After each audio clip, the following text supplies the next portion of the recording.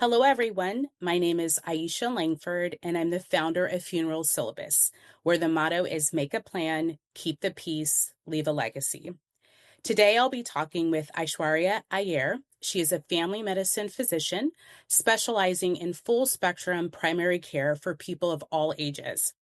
Dr. Iyer believes deeply in the power of patient-centered care and shared decision-making. Her primary goal is to make all of her patients feel seen, heard, and respected every day. The goal of today's podcast is to talk about how primary care doctors can help people with healthy aging and also with end-of-life issues. So we'll jump right in.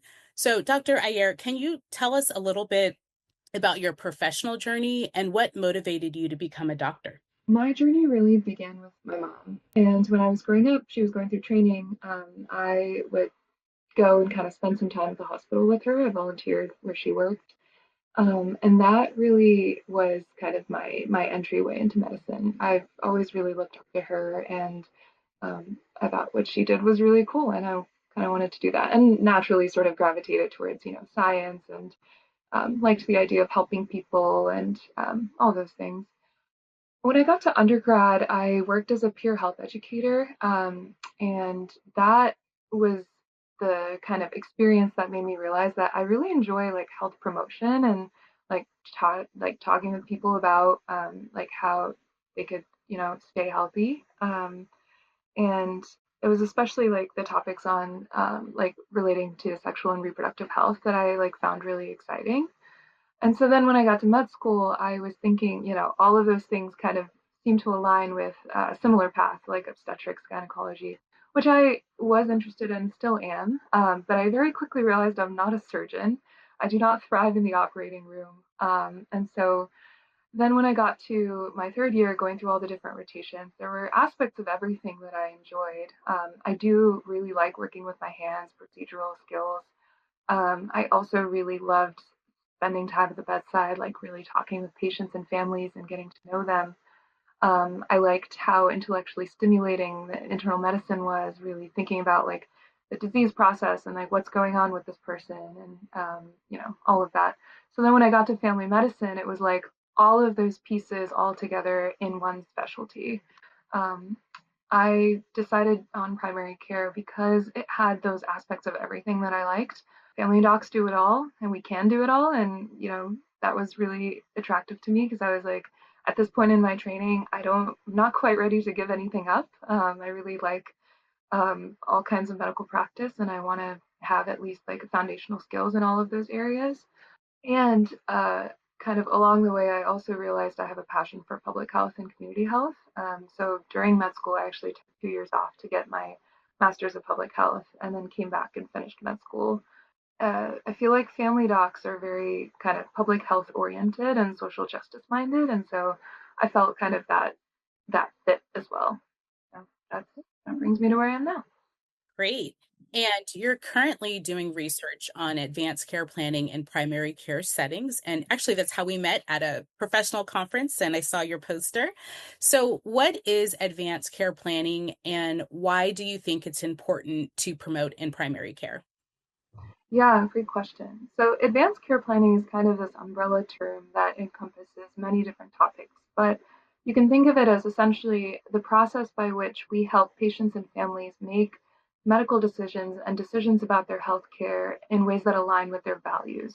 It's really about figuring out like what's important to you at the end of life, or if you're dealing with serious illness. Um, it's again an umbrella term, so it encompasses a lot of different things. This can show up in many different ways. Code status, for example, is one thing. In the event of an emergency, like if somebody's heart stops beating in the hospital, like we're trained to do resuscitation to bring them back. But also things like goals of care, kind of getting to that like broader idea of like what sorts of things matter to you if you're dealing with a serious illness. How can we figure out a treatment plan, or what sorts of, if you have all these different options to treat whatever it is that you're facing, which one of those makes the most sense with what matters to you? Because there's, risks and benefits and side effects to every sort of treatment course or option that we have. Um, And then the last sort of piece of that is also healthcare proxy or a healthcare power of attorney. Basically, thinking about, if you're in a situation where you can't speak for yourself or make decisions for yourself, who is a person that you would trust to kind of speak on your behalf to make those healthcare decisions for you? Okay. And you mentioned a term a few seconds ago, code status. What does that mean? So does that mean if someone literally like codes as they're going to be dead and you don't resuscitate them, what does that term mean, and why is it important in advanced care planning? Yeah, great question. So code status, yeah, refers to, in a situation where, this comes up most often in the hospital when somebody's hospitalized. I'm admitting somebody to the hospital. I'm always asking them this question because um, it's important for us to know, like, if somebody were to die, if their heart were to stop beating, our default kind of training is to do resuscitation to bring them back, and that's called being full code. But some people feel very strongly for whatever reason that they would not want that. Some people feel very strongly about passing naturally, about going. If I die, just let me go peacefully. I don't want the kind of suffering or the potential kind of risks of being resuscitated. And so that would be like a do not resuscitate order. Okay. And to piggyback on that great explanation, what are some key topics that patients may want to discuss with their doctors regarding advanced care planning? So if they just come in, say, for a regular checkup or they're concerned about it, what are some common or key topics that people might want to bring up with their doctors? Yeah, I think the kind of the one thing or the first thing that I always ask people is about the healthcare power of attorney question. Um, I think we as a society kind of like to avoid or not think about death and dying because it is an uncomfortable and sort of taboo topic, and yet it's something that we're all going to face one day. Like we're all going to have to deal with that at some point. And so I think it's really important to try and have these conversations early on in primary care settings when you have that sort of continuity with patients, them. That's why I try to bring this up with my patients. And when people are well, and hopefully that they're not facing a dire crisis or they're not in that crisis situation. And yeah, the first sort of thing that I talk about is bringing up that idea of like who would be a person that you trust to make a healthcare decision for you if you couldn't speak for yourself. Some people have never even considered that situation before. And so, I pose that question and that opens that door to kind of think about. Some people know, yeah, it'd be my wife or, my daughter or, my friend. Great. Have you talked with them about what sorts of things you would or would not want in that situation? And then they're like, oh, okay, there's like that next step of like, sure, I know kind of who this person would be, but to what depth have I actually had these conversations with them?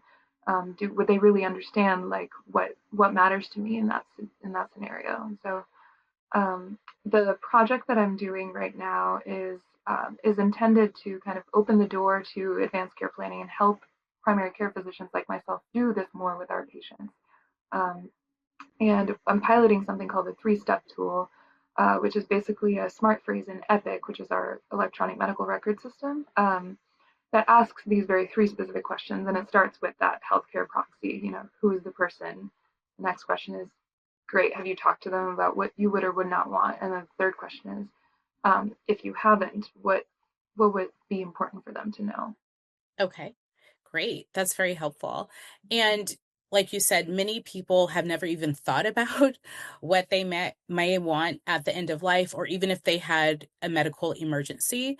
So, in addition to those three great questions you just posed, how can people determine what kind of care they may want in a medical emergency, especially since you don't always know what kind of medical emergency you may have? Yeah, it's tough. Again, I find that oftentimes, in my experience, people aren't thinking about these things until something happens to them or to a loved one, someone that they're close to. That kind of really like brings this into a very sharp focus for them. Um, there's a framework that we learn in palliative care that I think can be helpful for patients and people as well. Um, it's thinking about this on a spectrum of being longevity focused to being comfort focused. Oftentimes, when we're trying to help guide people through these conversations, we use that framework as a sort of a way to figure out like what, and it's it's a generalization and there's nuances, but like what really matters to you. Some people feel very strongly about kind of maximizing their life and the time that they have, whether or not it's regardless of kind of pain or suffering or side effects or things that they're also kind of dealing with. Other people feel that, I don't want to be focused on extending my life if I'm suffering or if I'm in pain. I really want to make the most of the time that I have and, work on being comfortable. And my priority is, spending time with my family or, things like that. So it's, for somebody who's never kind of even considered this before, I think maybe just thinking about like where are you on that spectrum might be a helpful place to start. Yeah, that's very great and really helpful to think about longevity versus comfort.